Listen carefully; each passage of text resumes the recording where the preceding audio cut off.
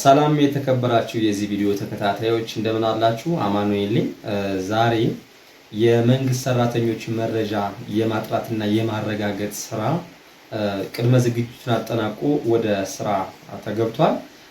ስለዚህ ይሄ ቪዲዮ የሚጠቅማችሁ ዋና ዓላማው የመንግስት ሰራተኛውን መረጃ በአንድ የመረጃ ቋት በማደራጀት በመንግስት ተቋማት የአሰራር ስርዓቱ ወጥና ወደፊትም ይደርስበት የነበረው የመረጃ ጉድለት አለዛም ደግሞ የአገልግሎት አሰጣጥ ክፍተት ለመሙላት ታስቦ አሁናዊ የሆነ የመንግስት ሰራተኛውን ብዛት ለማወቅና መረጃውን ተንትኖ ከተለያዩ ስርዓቶች ጋር በማያያዝ የአሰራር ወጥነት እንዲኖር ይጠቅማል።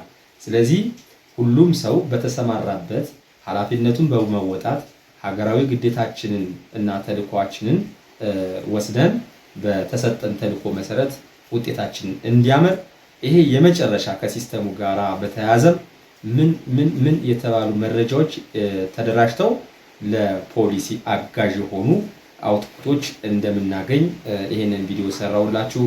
አማኑ ነኝ። ወደ ሲስተሙ የመንግስት ሰራተኛው መረጃ የማጥራትና የማረጋገጥ ወይም ደግሞ በአንድ የመረጃ ቋት የማስተዳደር አስፈላጊ የሆነበት ዋና ምክንያት እዚህ ላይ እንደምታዩት ወይም እንደምታነቡት የኢስሚስ ስርዓት ወይም የተቀናጀ የሲቪል ሰርቪስ መረጃ አያያዝ ስርዓት በአገር አቀፍ ደረጃ ሙሉ በሙሉ ባለመተግበሩ ኮሚሽኑ በሕግ የተሰጠውን የመንግስት ሰራተኞች መረጃ የማደራጀትና ለትንተና ምቹ በሆነ መልኩ እንዲሁም ኢኮኖሚያዊና ማህበራዊ ሁኔታዎችን በሚያሳይ ሁኔታ ባለመቀናጀቱ ዋነኛ የመረጃ ምንጭ ሆኖ ማገልገልና የፖሊሲ ጥናት አስፈላጊ ግብዓቶች የማቅረብ ስራው ላይ እክል ስለፈጠረበት ነው።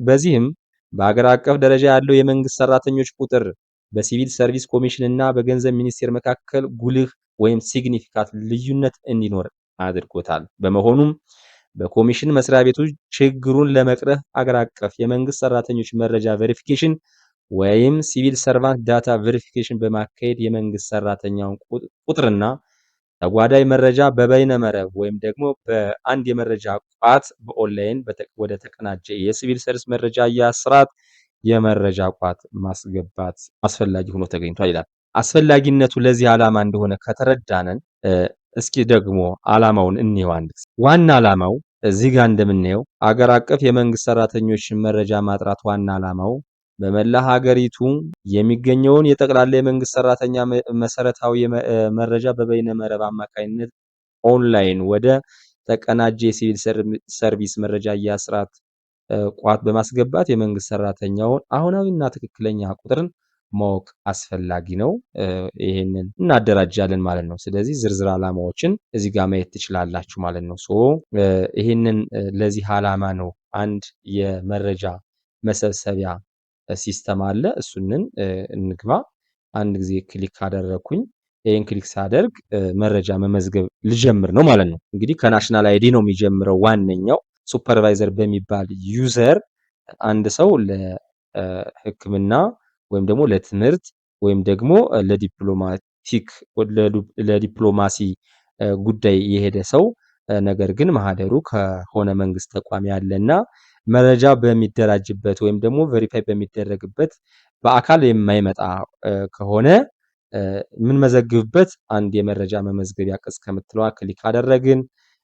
እንዳያችሁት ትሬኒንግ ዶሜን ኔም ነው የተጠቀምኩትኝ። እዚህ ላይ ፎቶ ከማህደሩ ላይ ያለችዋን ፎቶ እዚህ ጋር ፎቶውን አፕሎድ አደረግኩኝ።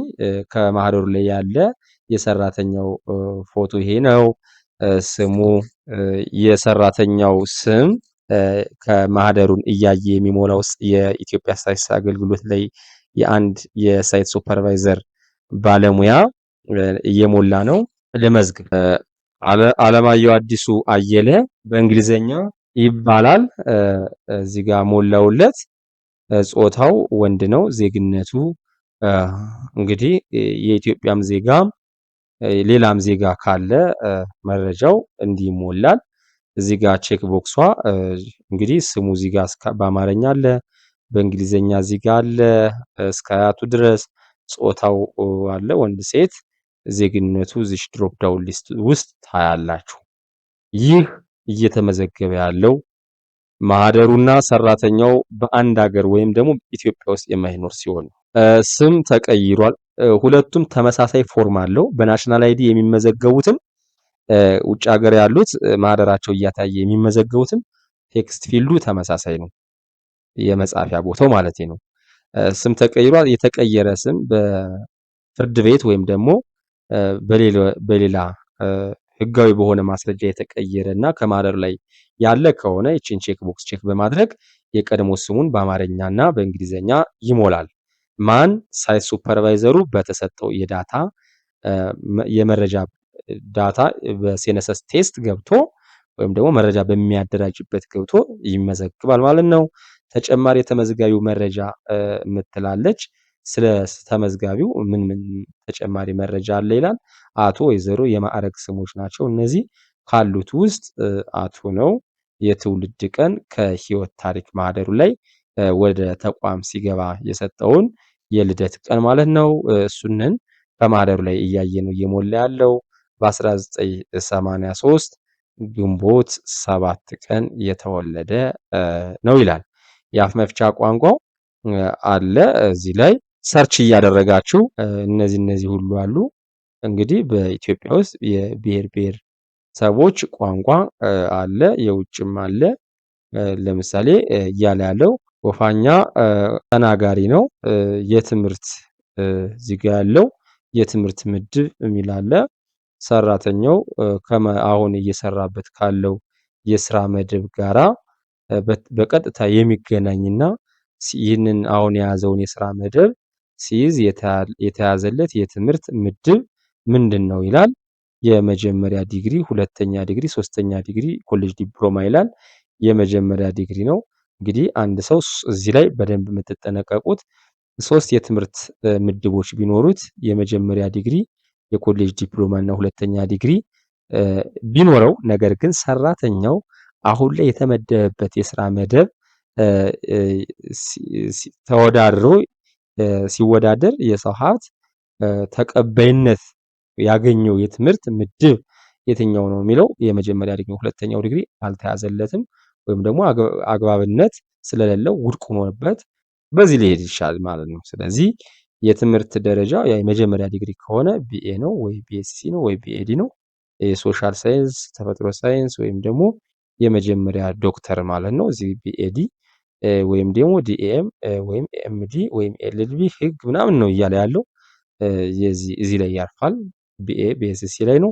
የትምህርት መስኩ ማኔጅመንት ሰርች ብለው ሰርች አድርጉት። ማኔጅመንት እየተማረ እንግዲህ በማኔጅመንቱ የትምህርት መስክ እንግዲህ ማስተርሱ ኢንፎርሜሽን ቴክኖሎጂ ቢሆን ነገር ግን የተያዘለት በዚህ ማኔጅመንት ባለው በመጀመሪያ ዲግሪ የትምህርት መስክ ከሆነ ልክ እዚህ ጋር ይሄንን ተያያዥ ስለሆኑ በጥንቃቄ ይሞላል ማለት ነው። ይሄንን ካያችሁ ወደ ቅጥር መረጃው እሄዳለሁ። እዚህ ላይ በደንብ የምናየው ተቋሙን እንግዲህ የሳይት ሱፐርቫይዘሩ ስለሆነ እየመዘገበ ያለው እዚህ ላይ ካሉት ተቋም ውስጥ ዳታ ኢንኮደሩ ሳይት ሱፐርቫይዘሩን ደውሎ ምን አለው፣ እኔ ካለውበት ተቋም ከቦሌ ክፍለ ከተማ አስተዳደር ስራ አስኪያጅ ጽህፈት ቤት ውስጥ የማህደሩ አለ ሰውየው ወይም ደግሞ ሰራተኛው ግን ውጭ ሀገር ነው ብሎ ስለደወለለት ነው መጥቶ እየመዘገበ ያለው። በዚህ እንድትረዱት ነው። የስራ ክፍሉ እንግዲህ በዚህ ተቋም ውስጥ የተፈቀዱ የስራ ክፍሎች ሁለት ዋና ዋና ክፍሎች አሉ። ከዛ ውስጥ ግን የማዘጋጃ ቤታዊ አገልግሎት ቡድን ውስጥ ነው ያለ። ንዑስ የስራ ክፍል ምንድነው? ይሄ ከአደረጃጀት ጋር በተያያዘ ስለሆነ እዚች ንዑስ የስራ ክፍሏ ላይ ምንድነው የሚመጣላችሁ? ይችን በመምረጣችሁ የስራ መደብ ስያሜው ከምን መደብ መታወቂያ ቁጥሩ የተሸነሸነበት ቦታ ማለት ነው። ይሄኛው ግን መጀመሪያ ከመዋቅር ላይ ለዚህ ለቦሌ ክፍለ ከተማ ዋነኛ ተልእኮውን ሊያስፈጽም የሚችል የስራ ክፍል ሲቀረጽ የሚወጣለት ስም ነው።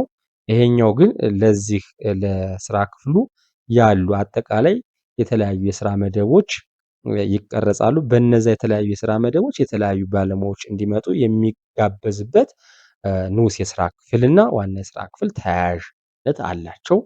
ተያያዥነታቸውን በስራ ክፍል ውስጥ ሊኖሩ የሚችሉ ሰዎችና እነዛ ሰዎች ወይም እነዛ ሰራተኞች ይሰሩታል። እንዲሰሩም የሚፈለገው የስራ መደብ ስያሜ እና ደረጃ የሚወጣበት ብዙ ትንታኔ ይሰጥበታል። በዚህ አግባብ ተረድታችሁ እዚህ ጋር እነዚህን በመምረጣችሁ ከታች እዚህ ላይ በምትፈልጉት መደብ ጋር ተያያዥነት አለው ማለት ነው። አንድ የተጨመረ ነገርም ከዚህ በፊት ያላሳየናችሁ ዛሬ ላይ እናሳያችኋለን።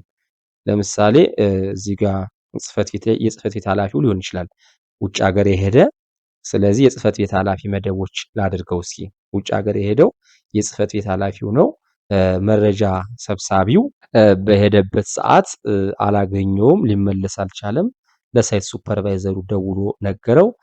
እንግዲህ ሳይት ሱፐርቫይዘሩ ቦሌ ክፍለ ከተማ አስተዳደር ስራ አስኪያጅ ጽህፈት ቤት ገባና ማህደሩ መጣለት። ይህንን ማህደር ይዞ የጽህፈት ቤት ኃላፊ መደቦች ውስጥ አደረገና መንገዱን ወይም ፓዙን አስተካከለ። ከዛ እዚች ላይ አንድ ጊዜ ክሊክ ስታደርጉት የስራ መደብ ይመጣላችኋል ማለት ነው። ስለዚህ አዲስ ነገር ወይም ተጨማሪ ነገር ያለም እዚህ ጋር ስለሆነ አንድ ጊዜ እቺን ክሊክ ታደርጉና እነዚህ ሁለቱ በተኖች ይታወቃል። የተያዙ የስራ መደቦች ማለት መደቡ ቢያልቅ ወይም ደግሞ ተይዞ ቢያልቅ ወይም ደግሞ በአንድ የስራ መደብ 4 እና 5 ሰራተኛ ቢኖር ይችንን ቼክ ቦክሷን ቼክ በማድረግ ከተያዙት የስራ መደቦች ውስጥ ተመዝጋቢ ከየትኛው የስራ መደብ ስያሜና መደብ መታወቂያ ቁጥር ጋር መሆኑን ይችንን ቼክ በማድረግ ጀነሬት ሲያደርግላችሁ ማየትና መመልከት ከዛም መርጦ መስጠት ትችላላችሁ። ሁለተኛው ቼክ ቦክስ ከማህደሩ ላይ ያለው ደብዳቤ እያሳየ ያለው እና እዚህ ላይ ሲፈልግ ከጠፋ እዚህ ላይ ፈልግ ስትሉት ከጠፋ ይችንን ቼክ ቦክስ ቼክ በማድረግ እዚህ ላይ እንድትመዘግቡት እዛ ጋር በቀጥታ ያያችሁትን እንድትመዘግቡ የሚጋብዛችሁ ቼክ ቦክስ ነው። ሁለቶችንም እንያቸው። አንደኛ ይችንን ክሊክ በማድረግ ይቺ የስራ መደብ ተይዛለች ማለት ነው። ከተያዙ የስራ መደቦች ይቺ የስራ መደብ ተይዛለች ማለት ነው። አሁን ለምሳሌ ይችንን k/28/-1703 ይችን አንቸክ ብዬ እዚህ ላይ በፈልጋት ይችን የስራ መደብ አየው አጣዋት፣ የለችም። ኤስፒሲ መደብ ነው እንጂ የመጣው ምን አልመጣም። ያቺ 3 የምትባልዋ አልመጣችም። ይኸው ይችን ቼክ ሳረጋት 3 1 አለ። ስለዚህ በዚህ አግባብ ይችን እዚሽ መደብ ላይ የተመደበ እንግዲህ አንድ ሰው ይዟታል። ሁለተኛውም ሰው ተመዝጋቢው ይችን መደብ ተገልጻ ከደብዳቤው ላይ ካያችሁ ይችን መደብ ነው የምትሰጡት ማለት ነው። ደግማችሁ ይችን ቼክ ቦክስ ቼክ በማድረግ ምክንያቱም በአንድ የስራ መደብ ላይ 2-3 ሰራተኛ አለ ልንል እንችላለን ማለት ነው። እንግዲህ በስተትም ሊሆን ይችላል፣ በትክክለኛም መደብ ጠፍቶ በዛ መደብ ላይ ያው አይነቃም አይታወቅም ተብሎ እንደዚህ ተጽፎ ሊሰጠውና ሊሰራ የሚችል የሰራተኛ ሊኖር ስለሚችል ይሄንን ቼክ ቦክስ ቼክ በማድረጋችን እዚህ ጋር ከማህደሩ ላይ እያለ ወይም ደግሞ አሁን ላይ የያዘውን የስራ መደብ ይፈልገው ካጣው እንግዲህ በተያዙ መደቦች ላይ እዚህ ላይም ፈልግ በማለት የማይመጣ ከሆነ እዚህ ጋር የምጽፉበት ይሆናል ማለት ነው። እዚህ ላይ ይሄ ባለሙያ እንደዚህ ሊሆን ይችላል። እንደዚህ ብላችሁ አንድ ጊዜ አስቀምጥ ነው የምትሉት። ነገር ግን እኔ ለሄድ የፈለኩት በዚህ አይደለም። በትክክለኛው መሄድ የፈለኩትኝ አንድ ጊዜ ቺን ክሊክ ሳደርጋት እና ፈልግ ስለው የሚያመጣልኝ የቢሮ ኃላፊ መደብ ስፔሻል ኮድ ማለት ነው። ኤስፒሲ ምንድነው? ስፔሻል ኮድ ወይም ደግሞ የተሿሚዎች የስራ መደብ እንደ መደብ ስለማይቆጠር ወይም ደግሞ ያልተመዘነና የመደብ መታወቂያ ቁጥር ስለማይሰጠው በስፔሻል ኮድ ሰጠነዋል ማለት ነው። ሁለተኛ ይቺ ታስታውሷት ከሆነ ይቺንን ኮድ ከዚህ በፊት አልነበረችም። እኔ ዛሬ ላብራራ የፈለኩት እዚህ ላይ ነው። ልቀይረውና አንድ ጊዜ እዚች ላይ ክፍሉ ልቀይረውና ለምሳሌ እዚህ ላይ ሄጄ እዚህ ላይ ክሊክ ላድርግና እዚህ ላይ አንድ ጊዜ ፈልግ ልበለው፣ ምንም መደብ የለም። በተያዘው ግን ብዙ መደብ አለ። አሁን ይቺንን የስራ መደብ ይቺንን የመደብ መታወቂያ ቁጥር አሁን ሰልፍ ያደረኳትን መደብ ኮፒ አድርጊያታለሁ። ይችን መደብ ብቻ ፈልጉ እንዲያመጣልኝ ካሉት የስራ መደቦች ለምሳሌ በአንድ የስራ ክፍል ውስጥ 300 እና 200 የመደብ ስያሜዎች ይኖሩና የሚለያዩት በመደብ መታወቂያ ቁጥራቸው ነው። በመደብ መታወቂያ ቁጥሩ ኢንዴክሱን ክሊክ እየፈለጋችሁ ከምትፈልጉ ምን ማድረግ ትችላላችሁ? ይችንን ኮፒ ብላችሁ ፔስት በማለት ይችን የመደብ መታወቂያ ቁጥሩን ይዛችሁ እሷን ብቻ ፊልተር እንዲያደርግላችሁ ምን ታደርጋላችሁ? ይችንን ለምሳሌ ፔስት ላድርጋትና ለምሳሌ ይችንን አንድ ጊዜ ክሊክ ላድርጋት። ያያችሁት? በመደብ መታወቂያ ቁጥሯ ይችን ብቻ ለምሳሌ k/28 -17 -03 200 ከሆነ 200ን ብቻ ነው የምጽፈው ለማለት ነው። ለምሳሌ 7ን ከሆነ 7ን ፈልጋት አንድ ጊዜ ያት 7 ስትመጣ አይ 8ን ነው የፈለኳት ካላችሁ አንድ ጊዜ እቺ ታደርጉና እቺን ትፈልጋለህ እያንዳንዱ ግልጽ እንዲሆን። አሁን 8 የምትባል የለችም እያለ 8 የሚባል ጉዳይ ይቻላልም ማለት ለምሳሌ 4 የሚባል ካለ ፈልገው አልኩት። ይሄው 4ን ሲያመጣት አይታችሁታል። ይሄው እዚህ ይቺንን ቼክ ያደረኳት ሁሉም የተያዙ መደቦች ስለሆነ ነው እዚህ ላይ ስፈልገው። ነገር ግን በመደብ መታወቂያ ቁጥር መፈለግ እንዴት እንደሚቻል እያያችሁ ነው። ስለዚህ ይሄ ተጨማሪ ማስተካከያ እንዲደረግበት የግብአት ተሰጥቶ በግብአቱ መሰረትም አልሚ ድርጅቱ ይችንን ጨምሯታል። ይሄንን ለማሳየት ነው ይሄንን ቪዲዮ ለመስራት የፈለኩት። ቪዲዮውንም ከወደዳችሁት ላይክ አድርጉት። ይሄን ካደረኩ በኋላ ይሄን መደብ ነው የያዘው እንበል። የቅጥር ሁኔታ አሁን ላይ ሰራተኛው አሁን ላይ ከረንትሊ የምትቆጥሩ የቬሪፋይ የምታደርጉት መረጃ የሚደራጅለት ሰራተኛ ኮንትራት ነው፣ ቋሚ ነው፣ ጊዜያዊ ምደባ ነው፣ ሙከራ ነው የሚላለ ቋሚ ነው በቃ አላችሁት፣ መረጣችሁት። የመስሪያ ቤቱ የተቀጠሩበት ቀን ማለት እዚህ ተቋም ላይ በምንም ምክንያት ሊገባ ይችላል። መቼ ገባ ነው ወይ መቼ ተቀጠረ ነው ዋና ዓላማው። ስለዚህ እዚች ጋር እቺን ክሊክ አድርጓትና የገባ ወይም የተቀጠረ 2011 መጋቢት 11 ቀን ነው አልኩት። ይሄ ከማህደሩ ላይ አየሁት። በትክክል ተጠይቆ አይደለም የሚሞላው። እዚህ አካባቢ ጀምሮ በመጠየቅ የሚሞላ ነገር የለም። እዚች አካባቢ ከማህደር ላይ የሚታዩ ናቸው። ሰራተኛ የሚያስብሉ ሰራተኛ እንዲሸቱ ከሚያደርጉ ጉዳዮች አትሪቢዩቶች እነዚህ ናቸው።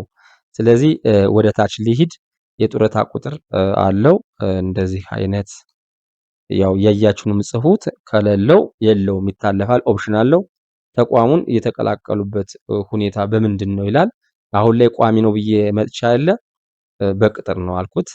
አይ በሹመት ነው ልለው እችላለሁ። በሹመት አልኩት። በሹመት በቅጥር ካሉት በቅጥር ካሉት ምርጫዎች ውስጥ የምትፈልጉትን መሙላት ትችላላችሁ። እንግዲህ በሹመትና በድልድል ስትሉት ይቺ ቼክ ቦክስ ቼክ እንድታደርጓት ትመጣለች። የተቋሙ የተቀላቀሉበት ሁኔታ በሹመትና በድልድል የምትሉት ከሆነ ዘመድ በደንብ እዩ። እዚህ ካሉት ኦፕሽኖች ውስጥ በሹመትና በድልድል ሲመረጥ ይቺ ቼክ ቦክስ ቼክ ትደረጋለች። ይችን ከመረጣችሁ ተቋሙን የተቀላቀሉበት ሁኔታ ከምትለዋ ድሮፕ ዳውን ሊስት ውስጥ ይቺ ቼክ ቦክስ ትመጣለች። አንድ እዚህ ላይ ይቺ ስትመረጥ እዚችና ይችንን ያዛችኋት፣ በቃ ጨረሳችሁ፣ ገደላችሁት ነገርየው። ስለዚህ ምን አደርጋለሁ እኔ ለምሳሌ በድልድል ነው ከሌላ ተቋም የመጣ ደብዳቤ የተሰጠው በዚች የስራ መደብ ነው። ይችንን የስራ መደብ ግን ቀድሞም ሰው ይዟት ነበረ። ሁለተኛ ሰው ሆኖ እየተመዘገበ ነው። ቅድም እዚህ ላይ ስሰጥ አይታችኋል ጉዱን። ስለዚህ በድልድል ነው የመጣው። ስለዚህ በድልድል በመሆኑ ምን ሊመጣ ይችላል? የደሞዝ ልዩነት ከፍ ብሎ ሲሰራ የነበረ ሰራተኛ በድልድል ወይም በምደባ ወቅት ዝቅም ከፍም ማለት ስላለ ዝቅ ሲል የደሞዝ ከረንት የሚከፈለው ከጣሪያ በላይና ከጣሪያ በታች የሚል ነገር ስላለ ነው ደሞዙን እንድጽፉለት እዚህ ጋር የምትመጣው። ስለዚህ ምን አደርጋለሁ የቅጥር ደብዳቤ ቁጥር የሚል አለ። ይሄ በቃ ሰራተኛው ወደዚህ ተቋም ወደ ቦሌ ክፍለ ከተማ አስተዳደር ስራ አስኪያጅ ጽህፈት ቤት ሲመጣ የተሰጠው የደብዳቤ ቁጥር ወይም ደግሞ ወጪ የተደረገበት ደብዳቤ ማለት ነው። የመስሪያ ቤቱ መታወቂያ ቁጥር አይዲ ነው። ይህን የተቋሙ አይዲ ጻፍኩት አየሁት። በቃ አይዲ 2014 ይላል። እርከን የሚል አለ። እንግዲህ ይህንን የስራ መደብ እርከኖች አሉት ከመነሻ 0 እስከ ጣሪያ 10 እዚች ላይ ክሊክ ታደርጋላችሁ። እዚህ ውስጥ ከሌለ ግን ደመወዙ እዚህ ውስጥ ከሌለ ግን ለምሳሌ እርከን 0 ስመርጠው ስንት ሆነ? እርከን 0 ስመርጥ ይሄ መጣ። አንድም ሳረግ 16000 ሁለትም ሳረግ 17000 አልመጣም፣ አልተገኘም። ስለዚህ ምን አደርጋለሁ? ይችን አንድ ጊዜ ቼክ ቦክሷን ቼክ በማድረግ እዚህ ጋር ደሞዙን ያየሁትን ስንት ይላል?